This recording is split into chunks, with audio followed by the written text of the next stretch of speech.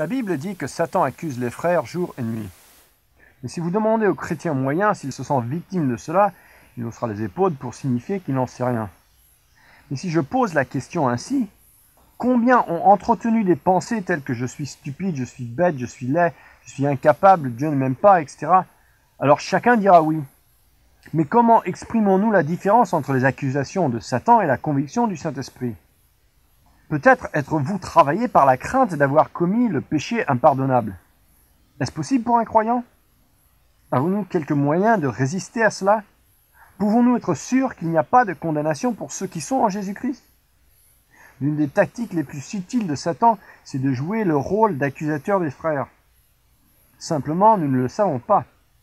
Si vous cherchez à savoir combien de personnes ont été victimes de cela, les gens n'en savent trop rien. Et si vous demandez combien de personnes ont entretenu des pensées telles que je suis stupide, je suis bête, je suis répugnant, je suis incapable, etc., alors vous découvrirez que chacun est victime de ce genre d'oppression. Il y a bien des années, j'ai compris que les personnes que je voyais qui traversaient des conflits spirituels manquaient tous d'assurance quant à leur salut et s'interrogeaient quant à l'amour de Dieu pour elles. Je m'asseyais à leur côté, lisant avec elles 1 Jean 4 au sujet de l'amour de Dieu, et c'était comme si elles déclinaient de la main, ne pouvant pas y croire. Au cours de ces 2 dernières années, 5 ou 6 responsables chrétiens remarquables sont venus me trouver pour me dire combien toutes ces questions les affectaient dans leur propre vie, à savoir si Dieu les aimait ou non. Je trouve tout cela absolument ahurissant. Et pourtant, c'est un domaine tellement courant. Si nos responsables sont touchés, combien de personnes qui fréquentent nos églises se demandent si oui ou non elles ont une quelconque espoir? Elles ont le sentiment de perdre la bataille contre l'assaut continuel de ces accusations. Tu es stupide, tu es bête, tu es répugnant, tu es incapable, tu es mauvais. Et cela pompe toute notre vitalité. L'accusateur des frères. Tout ce que vous devez savoir à ce sujet se trouve dans Zacharie 3. Si vous voulez bien, nous allons regarder dans l'Ancien Testament.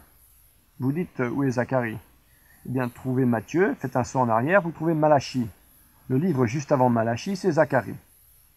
Zacharie 3, 1 à 4.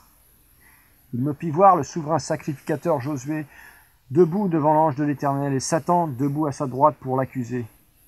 L'Éternel dit à Satan, « Que l'Éternel te réprime, Satan, que l'Éternel te réprime, lui qui a fait porter son choix sur Jérusalem. N'est-ce pas là un tison arraché du feu ?» Or, Josué était couvert de vêtements sales et se tenait debout devant l'ange. Celui-ci, prenant la parole, dit à ceux qui étaient devant lui, « Ôtez-lui les vêtements sales. » Puis il leur dit, « Voilà, je t'enlève la faute pour te revêtir d'habits précieux. » Je dis qu'on mette sur sa tête un turban pur. Ils mirent le turban sur sa tête et lui mirent des vêtements. L'ange de l'Éternel se tenait là. C'est une scène incroyable. Le souverain sacrificateur se tient devant Dieu, vêtu de linge sale. Pour replacer cela dans le contexte, il faut savoir que dans l'Ancien Testament, le souverain sacrificateur se tenait dans la présence de Dieu une fois l'an, le grand jour de l'expiation, où il entrait dans le Saint des Saints. Avant cela, il se soumettait à un certain nombre de règles de purification. Pourquoi? Si, pénétrant dans le lieu saint, il négligeait d'être lavé, purifié, rendu sans tache par diverses cérémonies, il risquait probablement d'être frappé de mort sur le champ.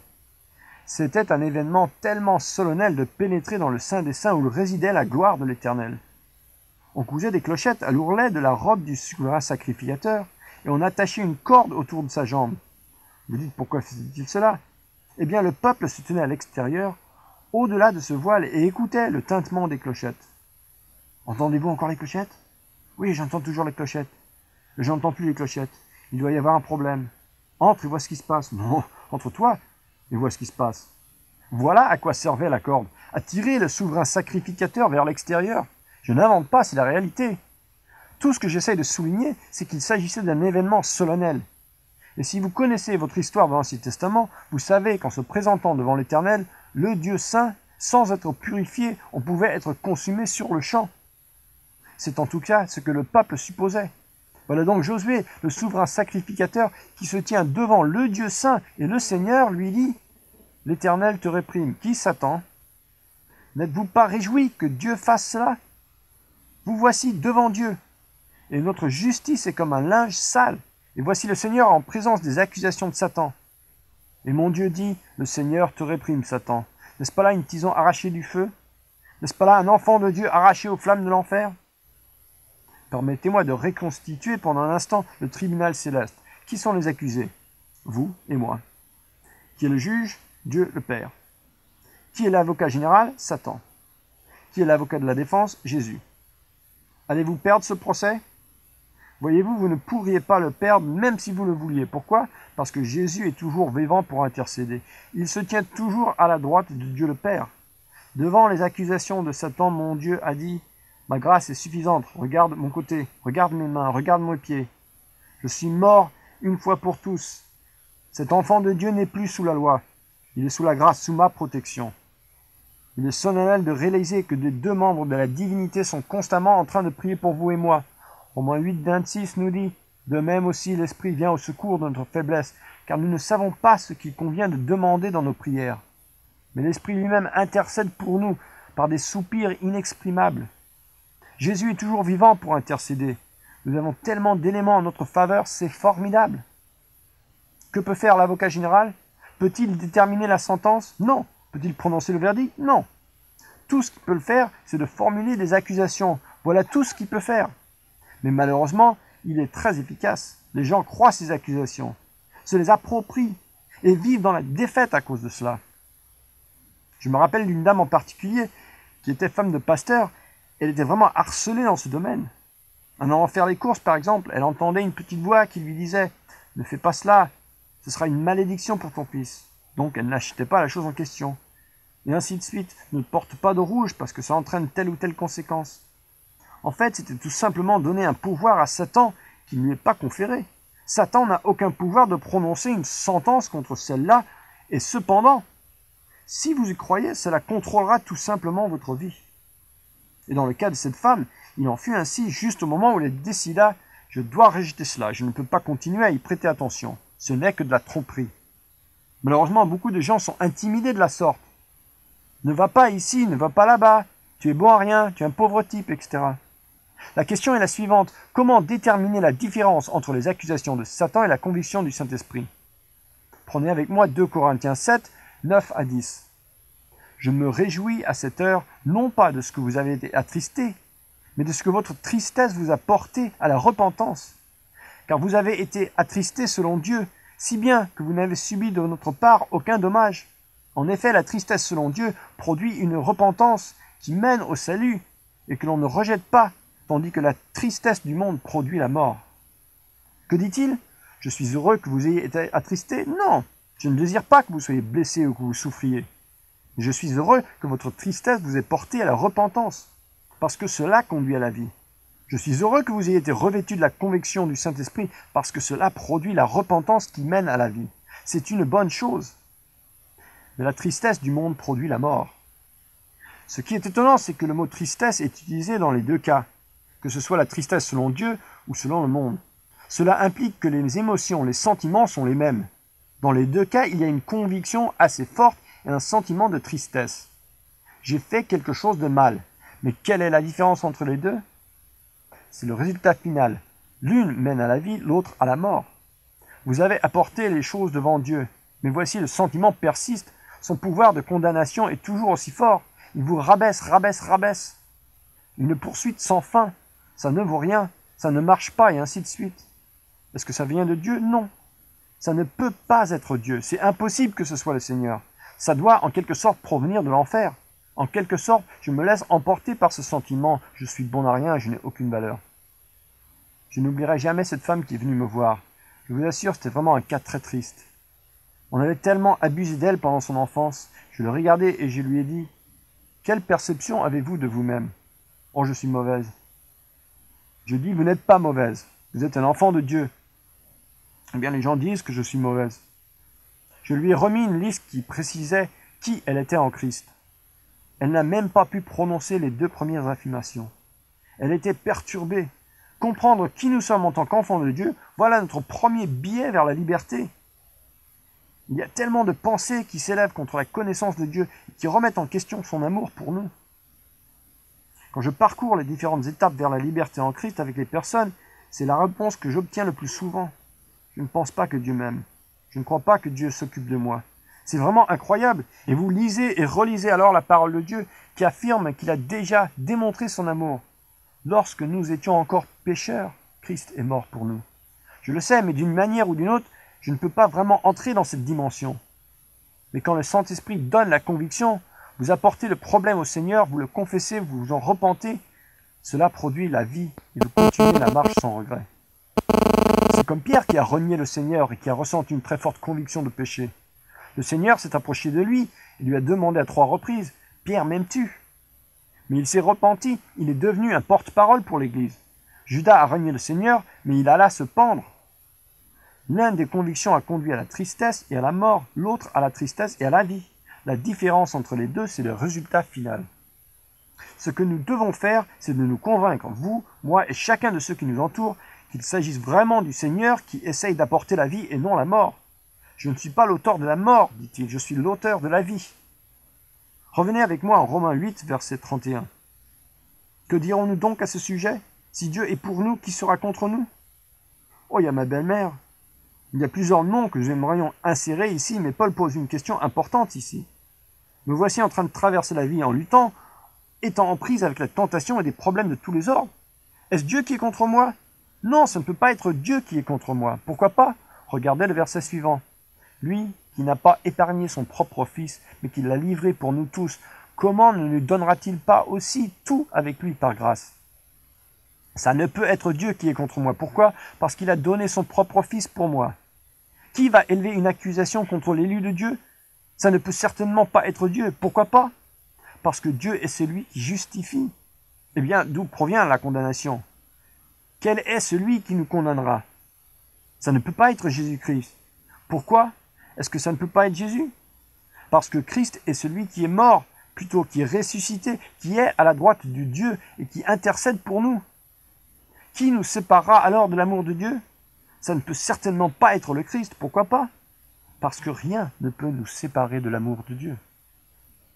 Personne ne peut vous arracher des mains de votre Père. Il devrait y avoir pour nous tous le sentiment de la confiance que nous avons en Dieu. La question n'est pas de savoir si je peux tenir à Dieu, mais si Dieu peut tenir à moi. La question n'est pas de savoir s'il est possible que j'abandonne le Seigneur un jour, mais il faut reconnaître le fait que lui ne m'abandonnera jamais. Si rien ne peut nous séparer de l'amour de Dieu et que personne ne peut nous arracher des mains du Père, alors il devrait y avoir aujourd'hui un sentiment de sécurité. Tout cela se rapporte au thème que nous avons développé au début de ces conférences. Tout commence avec notre identité en Christ. Tout commence avec l'assurance que nous avons quant à notre identité d'enfant de Dieu. Revenez maintenant à Zacharie. En présence des accusations de Satan, j'ai un souverain sacrificateur qui est toujours vivant pour intercéder en ma faveur. Non seulement il réprime Satan lui-même, Dieu lui-même fait cela, mais il change également vos vieux vêtements. Notre justice, c'est ce dont il a revêtu. Nous revêtons sa justice. Et c'est le point essentiel ici, verset 3. Or, Josué était couvert de vêtements sales et se tenait debout devant l'ange. Celui-ci, prenant la parole, dit à ceux qui étaient devant lui, « ôtez-lui les vêtements sales. » Voilà ce que Dieu a fait, et Dieu peut faire cela. Je ne peux pas avoir un effet sur ma propre justice. Dieu seul peut l'affecter au travers de son œuvre sur la croix. Il est mort une fois pour tous. Y a-t-il quelque chose que vous et moi pouvons faire? Oui, bien sûr. Vous comprenez maintenant que ces deux interventions sont inconditionnelles parce que c'est Dieu qui les a accomplies par sa grâce souveraine. Mais les versets 6 et 7 disent « L'ange de l'Éternel apporta ce témoignage à Josué. Si tu marches dans mes voies, si tu gardes mon commandement, c'est toi qui gouverneras ma maison. Tu garderas aussi mes parvis, et je te donnerai libre accès parmi ceux qui se tiennent ici. » Voilà une promesse conditionnelle. Quelle est la condition de son accomplissement? Elle n'a rien à voir avec ma position en Dieu, qui a déjà été définie en Christ, mais la manière dont je me comporte et dont j'accomplis mon service dans ce monde détermine si je marche ou non dans ses voies, et si j'accomplis son service et ensuite je gouvernerai sa maison. Je suis l'habitation de Dieu, n'est-ce pas? La maîtrise de soi vient du fait que nous demeurons en Christ pour faire sa volonté. Verset 8. Écoute donc, Josué, souverain sacrificateur, toi et tes compagnons qui sont assis devant toi, car ce sont des hommes qui serviront de présage. En effet, me voici. Je fais venir mon serviteur le germe. De qui s'agit-il? De Christ. Car voici la pierre. De qui s'agit-il? Du Seigneur, que j'ai placée devant Josué. Il y a 7 yeux sur cette seule pierre. Je grave moi-même ce qui doit y être gravé. oracle de l'Éternel des armées, et j'ôterai la faute de ce pays en un seul jour. Quel est ce jour? Pâques. Ça, c'est la résurrection. Voyez-vous, nous avons perdu le sens de ce message. Entrez dans le Saint des Saints, la réalité du voile qui a été déchiré. Vous devez comprendre que tout l'Ancien Testament se déroule péniblement à travers de toutes ces années par le fait que Dieu était voilé à leurs yeux. Seul le souverain sacrificateur pouvait pénétrer dans le lieu saint. Et vient ensuite le grand jour de la résurrection où le ciel s'obscurcit et le voile se déchira. Est-ce que vous pouvez imaginer les gens venant de comprendre ce qui venait de se passer dans le temple, courant dans les rues en train de crier « Le voile est déchiré, le voile est déchiré ». Pour nous aujourd'hui, ça n'a pas l'impact que ça a dû avoir dans ce jour-là. Dieu a toujours semblé absent, mystérieux, difficile à approcher. Et tout d'un coup, on entend ces paroles « Venez dans ma présence avec reconnaissance ». Tout d'un coup, le voile a été déchiré. Maintenant, nous pouvons avoir le cœur purifié, avoir de la confiance, de l'assurance, de l'audace, un plein accès à Dieu. J'ai souvent imaginé que nous attribuerons un prix pour une conférence comme celle-ci, et ce sera un voyage gratuit à Paris et un entretien privé de 15 minutes avec l'un des hommes les plus importants de la Terre, le président de la République. 15 minutes tout seul. J'imagine qu'il y aura un groupe de personnes qui soutiendraient que vous auriez un photographe pour immortaliser ce moment. Vous pourriez lui poser n'importe quelle question, lui dire n'importe quoi. 15 minutes avec probablement l'un des hommes les plus puissants qui vit sur la planète. Si vous pensez à cela, est-ce que cela produirait quelques changements? Est-ce que ça changerait des événements terrestres? Ou quelque chose d'autre? Et pourtant, ce serait un honneur de disposer de ces 15 minutes, je suppose. Mais savez-vous de quoi nous disposons, vous et moi? Nous n'avons même pas besoin de vous en faire cadeau en vous attribuant un prix. Pendant 24 heures de chaque jour, vous pouvez prendre contact avec l'homme qui a créé le président lui-même. Nous avons l'assurance que ça produit une différence et nous nous soucions à peine d'établir ce contact. Toute la réalité nous échappe même. Nous n'accédons pas vraiment au privilège que nous avons de venir devant le trône de Dieu. Le voile a été déchiré, l'accès est libre. Je peux parler à Dieu. J'ai même reçu un enseignement de sa part, notre Père qui est aux cieux. Je peux prier le Seigneur, je peux lui faire connaître mes requêtes et j'ai l'assurance que cela produira une différence et pour toute l'éternité. C'est remarquable, n'est-ce pas? Oh Seigneur, ouvre nos yeux afin que nous reconnaissions le potentiel qui est à notre disposition. Nous comprenons donc maintenant la grande position et le libre accès que nous avons en Christ et l'espoir de pouvoir distinguer entre l'accusateur des frères et la conviction du Saint-Esprit. Et pourtant, si vous vous engagez dans un ministère de relations d'aide, permettez-moi de vous dire que vous feriez bien d'avoir les réponses à deux questions. Premièrement, qu'est-ce que le blasphème contre le Saint-Esprit? Et deuxièmement, comment comprendre Hébreux 6? Je ne connais pas de concept que le diable utilise davantage que ces deux-là. Et ça divise littéralement les gens, quel que soit l'endroit où vous allez. J'aimerais vous lire une lettre qui, à mon avis, décrit probablement mieux la question que tout ce que je pourrais éventuellement dire. Écoutez la lutte que cette femme a connue par rapport à cette question. Cher Dr Anderson, j'ai été poussé à vous écrire après la lecture de votre livre Le Libérateur et l'écoute de votre programme radiophonique. Je sais maintenant que Dieu m'a délivré d'un lien satanique qui a duré pendant 9 ans. Je vivais dans un tel état de crainte que je pouvais difficilement vivre normalement. Je fréquentais une église qui n'enseigne pas la sécurité éternelle. J'ai entendu ce message sur le péché impardonnable et c'est là que tout a commencé. Le prédicateur avait raconté quelques histoires de personnes qui avaient commis ce péché et qui vivaient dans la tourmente, essayant de trouver le pardon mais n'y arrivant pas. Je suis rentré ce soir-là et j'ai essayé de balayer cela de mon esprit et aller de l'avant. Je me rappelle que je faisais un peu de ménage et c'est arrivé d'une façon si inattendue. J'ai entendu la première voix. Elle était tellement blasphématoire contre Dieu. C'était comme si j'avais pris un coup dans l'estomac. J'ai dû me plier en deux. Une telle crainte s'est déversée en moi. Après cela, les voix devinrent pires, plus fréquentes contre Dieu, contre Jésus et finalement contre le Saint-Esprit. Après les voix blasphématoires vinrent les accusations. Maintenant tu l'as commis, tu es destiné à l'enfer maintenant. Dieu ne peut pas t'aimer. Toujours à nouveau jusqu'à ce que je pense que j'allais perdre la raison. Personne ne savait ce qui se passait en moi. Je ne pouvais pas dormir. J'avais peur d'aller me coucher, j'avais peur des nuits et également de me réveiller. La crainte de la nuit, c'était les cauchemars. Un jour, j'étais réveillé tard dans la nuit par une voix qui m'appelait par mon nom. J'étais réveillé, je réfléchissais et pourtant, je pouvais voir un horrible personnage assis sur ma coiffeuse. Le malin est tellement puissant, je sentais que j'étais au bord de l'enfer. Ma crainte n'a fait qu'augmenter. Quand j'ai essayé de prier, les voix ont redoublé d'intensité. Je ne pouvais en parler à personne de peur d'être incomprise. À cette époque-là, je n'en parlais pas de la même façon qu'aujourd'hui. Sachez que ce n'a pas été forcément de bonne presse aujourd'hui non plus. La crainte dominait complètement ma vie. Le genre d'église que je fréquentais, croyant en l'imposition des mains pour la prière, aucune de leurs nombreuses prières ne m'a secouru. Après un certain nombre d'années où j'ai été torturé, où j'ai perdu ma santé, j'ai failli perdre mon mari, mes enfants, une tentative de suicide, j'ai commencé à fréquenter une église différente où l'on étudiait vraiment la parole de Dieu. J'ai commencé à grandir spirituellement. J'ai commencé à étudier l'Écriture, particulièrement les promesses contenues dans la Bible. J'étudiais la Bible sans relâche. Un jour, alors que j'étais assise dans ma cuisine et que je lisais la Bible, je suis tombé sur le passage de Luc 10, 19, où le Seigneur dit « Voici, je vous ai donné le pouvoir de marcher sur les serpents et les scorpions et sur toutes les puissances de l'ennemi. » La présence du Seigneur m'a envahi. Il m'a montré que sa puissance m'avait gardé pendant le tourment de ces 9 dernières années et que rien ne pouvait me nuire ou m'éloigner de lui, comme il est dit dans Romains 8. Rien ne peut nous séparer de l'amour de Dieu. Sa protection a été présente tout le temps. Tout ce que j'avais à faire, c'était de prendre l'autorité en son nom, mais la crainte m'en avait empêché à le faire. Pour la première fois, j'ai réalisé que je n'avais plus rien à craindre. Quelle que soit la situation, Dieu ne m'abandonnerait jamais. J'ai ressenti tellement fortement son amour, il m'a montré que j'étais son enfant. Si je ne l'étais pas, je n'aurais jamais pu survivre aux attaques de Satan. Maintenant, je suis totalement libéré de la crainte. Je loue le Seigneur pour cela. C'est comme vous l'avez mentionné dans votre livre, le diable est rusé pour mentir, mais il ne peut que rugir. Je déclare ma victoire en Christ. Une chose me fait mal, ce sont toutes ces années de souffrance que j'ai infligées à ma famille et particulièrement à mes enfants. Je prie pour que Dieu répare ce qui a été brisé dans leur vie. Je sais que toutes ces choses ont un but et que Dieu utilisera ce que je viens de traverser pour aider quelqu'un qui traverse la même chose.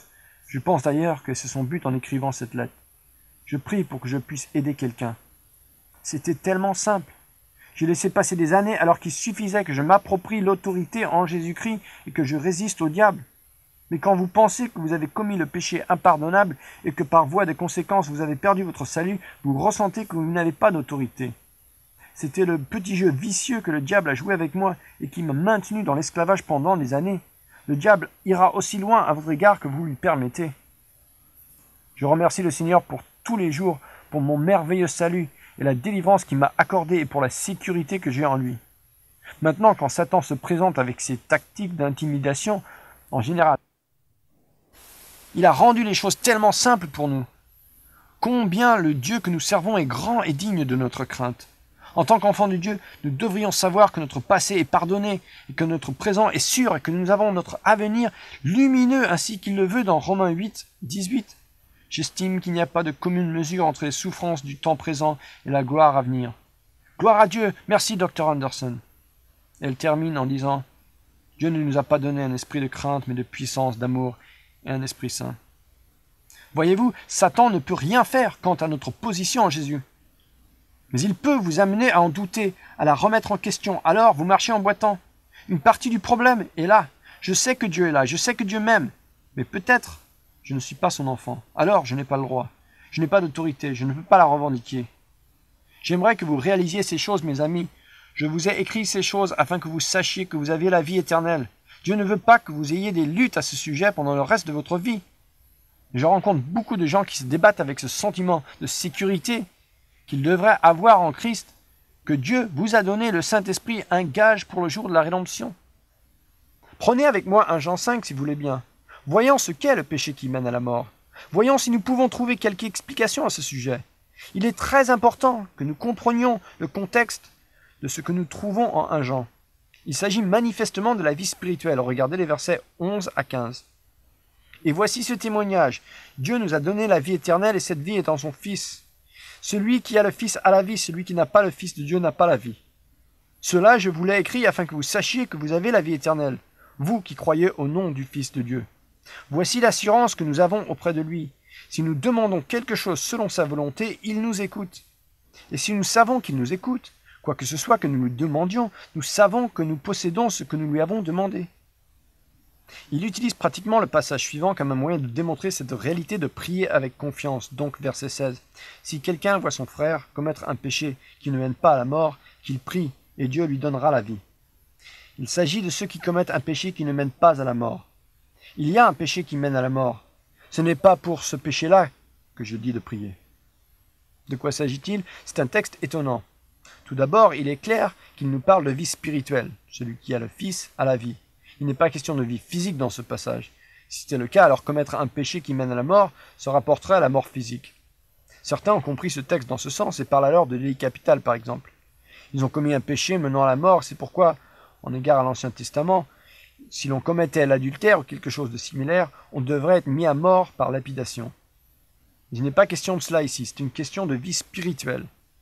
La difficulté de ce passage semble liée à l'expression « si quelqu'un voit son frère », le mot « frère » identifie habituellement le frère chrétien. Je suis d'accord avec cela. Mais remarquez clairement qu'ici, comme dans d'autres passages de 1 Jean, l'auteur utilise communément le terme « frère » dans un sens plus large. Qui reçoit la vie ici? C'est le frère. Par rapport au péché, notez ce qu'il est dit. Si quelqu'un voit son frère commettre un péché qui ne mène pas à la mort, qu'il prie et Dieu lui donnera la vie. À qui donne-t-il la vie? Au frère. Manifestement, il est question de quelqu'un qui est frère, non à cause d'un lien relationnel, mais à cause d'un lien affectif. Il y a donc des personnes autour de vous dont vous prenez soin et pour lesquelles vous priez. Ce texte est très fort quant à la place que la prière devrait avoir dans la matière d'évangélisation. Personnellement, je ne crois pas que je peux simplement choisir quelqu'un et que cette personne va être sauvée parce que je décide de prier. Mais il s'agit de prier selon la direction que Dieu le Père me donne. Mais souvent, nous n'accordons pas à la prière sa véritable place. Si ce verset, qu'il prie et Dieu lui donnera la vie, signifie vraiment ce que je pense, la prière ne joue-t-elle pas alors un rôle essentiel par rapport à l'action d'évangélisation? Je crois que oui. J'ai souvent visité des groupes auxquels j'ai posé la question « Y a-t-il des sujets de prière ?» Je disais alors « Combien d'entre vous ont un parent, un ami qui ne connaît pas le Seigneur ?» Alors chacun levait la main et je dis « Alors, des sujets de prière maintenant ?» Nous ne raisonnons pas souvent de cette façon-là. Mais nous nous élevons contre Satan qui aveugle l'esprit des incroyants. Nous prenons notre position avec Christ et nous demandons que Satan relâche cette personne. Nous nous opposons à ces pensées qui s'élèvent contre la connaissance de Dieu et nous prions pour cette personne. Permettez-moi d'ajouter quelque chose. Si vous vous engagez à prier fidèlement pour des personnes qui ne connaissent pas le Seigneur, si vous continuez à prier pour elles, votre esprit sera constamment en éveil et chaque fois que vous vous trouverez auprès d'elles, vous chercherez des occasions de partage qui n'existeront pas forcément. Cette perception du besoin de l'autre personne peut avoir un aspect contraire à celui qui est recherché. Quel est alors le péché qui mène à la mort? Ne le demandez même pas. Nous ne savons vraiment pas, malheureusement, quand une personne a commis ce péché, n'est-ce pas? Comment sauriez-vous quand quelqu'un a dépassé la limite? Mais de quoi s'agit-il? Différents points de vue ont été émis. Certains ont une interprétation basée sur la loi de Moïse qui dit que quelqu'un doit mourir physiquement, mais cela n'a pas beaucoup de sens puisqu'il s'agit de vie spirituelle ici. Parfois, les catholiques ont affirmé qu'il y avait une différence entre les péchés mortels et les péchés véniels. Mais un péché est un péché selon la parole de Dieu, dans le Nouveau Testament. Je ne pense pas que cette interprétation soit bonne. Je crois qu'il s'agit du péché d'incrédulité. Vous allez jusqu'à un certain point et vous vous trouvez dans une situation de non-retour. Vous avez dépassé la limite. Plusieurs exemples illustrent cela. L'un se trouve dans l'Épître aux Romains. Il est dit qu'ils ont adoré la créature plutôt que le Créateur. C'est pourquoi Dieu les a livrés à des passions déshonorantes. Ils se sont enflammés dans leurs désirs les uns pour les autres. Ils n'ont pas toujours honoré Dieu, donc il les a livrés à des passions où les hommes aiment les hommes et les femmes aiment les femmes. Ils n'ont toujours pas honoré Dieu, alors il les a livrés à une mentalité déprouvée. C'est un esprit déprouvé de jugement, il n'est plus capable de penser.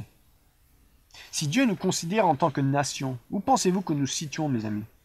Très honnêtement, je pense que nous sommes entre l'étape 2 et 3.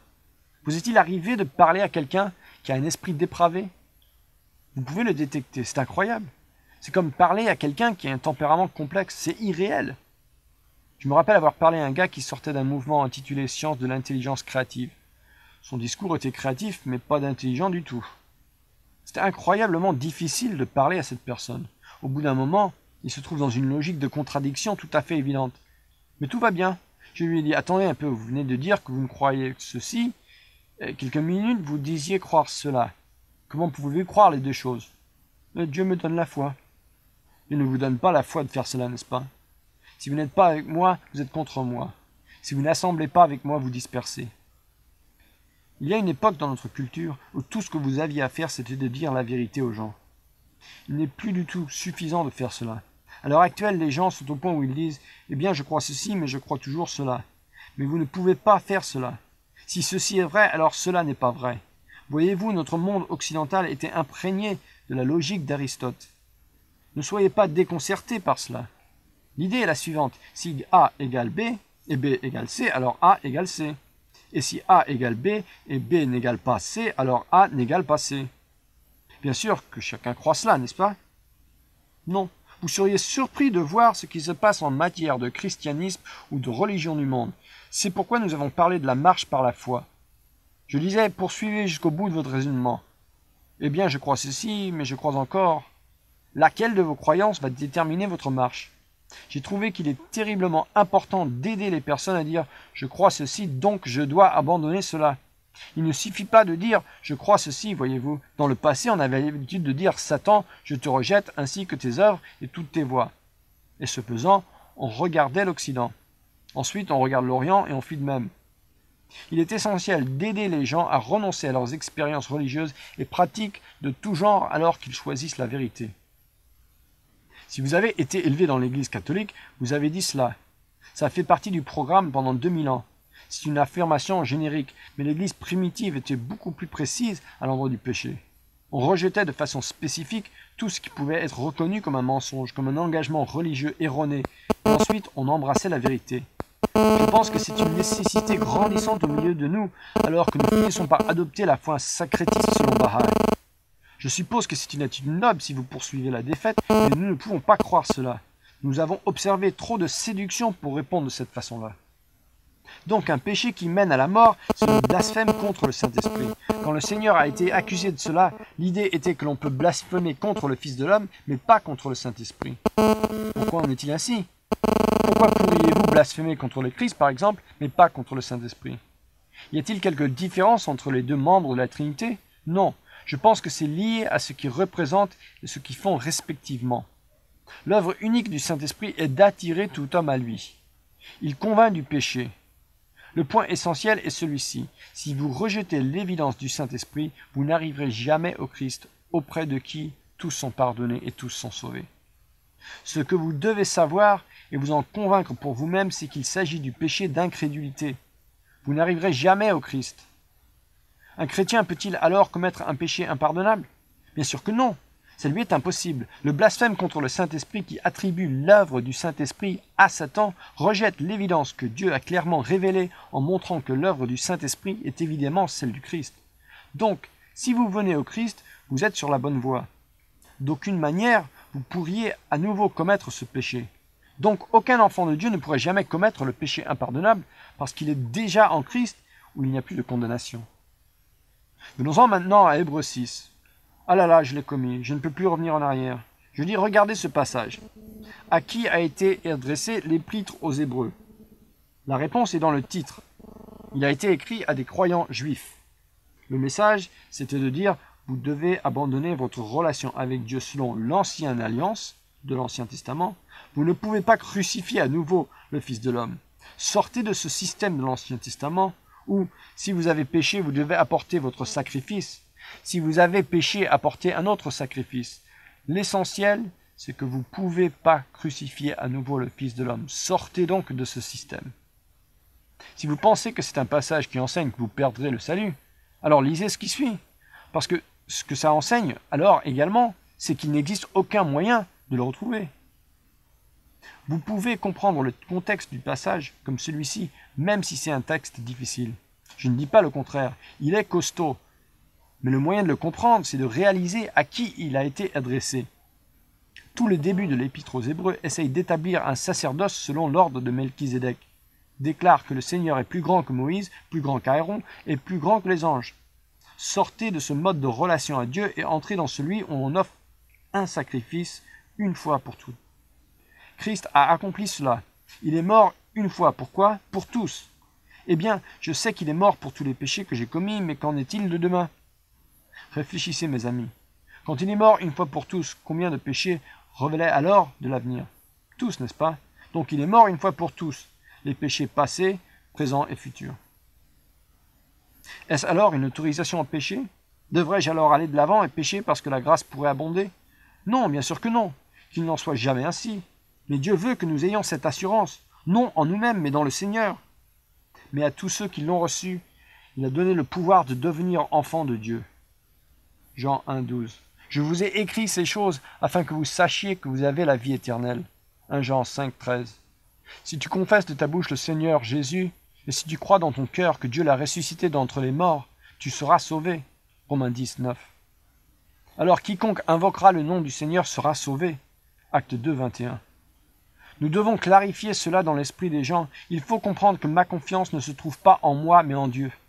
Je suis sauvé non sur la base de mon comportement, mais sur la base de ma foi. Et celui qui m'a sauvé, c'est le Christ. C'est sa mort sur la croix. Aucune œuvre de ma part pourra jamais faire cela. J'ai été sauvé non par mes actes de justice, mais à cause de sa miséricorde. Pour votre bonheur, j'aimerais faire quelque chose avec vous. J'ai ici une déclaration. Permettez-moi de vous la lire. Est-ce que vous êtes d'accord avec cela? J'aimerais que vous l'appropriez ces paroles avec moi. Je suggère que vous l'écoutiez d'abord une première fois. Je fais appel au nom du Seigneur pour mon salut. Je crois dans mon cœur que Dieu le Père a ressuscité Jésus d'entre les morts afin que je puisse avoir la vie éternelle. Je le déclare maintenant comme Seigneur de ma vie. Je renonce à tout effort personnel pour me sauver moi-même et je renonce à toutes les accusations de Satan qui pourraient me dépouiller de ma pleine assurance de la vie éternelle. J'ai été transporté du royaume des ténèbres dans le royaume du Fils bien-aimé. Je déclare que je suis un enfant de Dieu à cause de l'œuvre achevée du Christ pour toujours. Êtes-vous d'accord avec cela?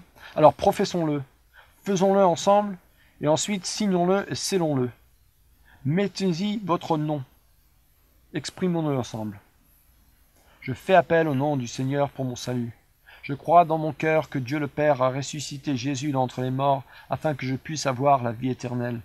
Je le déclare maintenant comme Seigneur de ma vie. Je renonce à tout effort personnel pour me sauver moi-même et je renonce à toutes les accusations de Satan qui pourraient me dépouiller de ma pleine assurance de la vie éternelle. J'ai été transporté du royaume des ténèbres dans le royaume de son Fils bien-aimé. Je déclare que je suis un enfant de Dieu à cause de l'œuvre achevée du Christ pour toujours. Amen. Amen. Prions ensemble. Père, merci pour ton Saint-Esprit qui témoigne à notre esprit que nous sommes enfants de Dieu. Et Seigneur, nous sommes venus devant toi. Nous réalisons que nous ne pouvons pas nous sauver nous-mêmes. Notre confiance est donc en toi et en toi seul.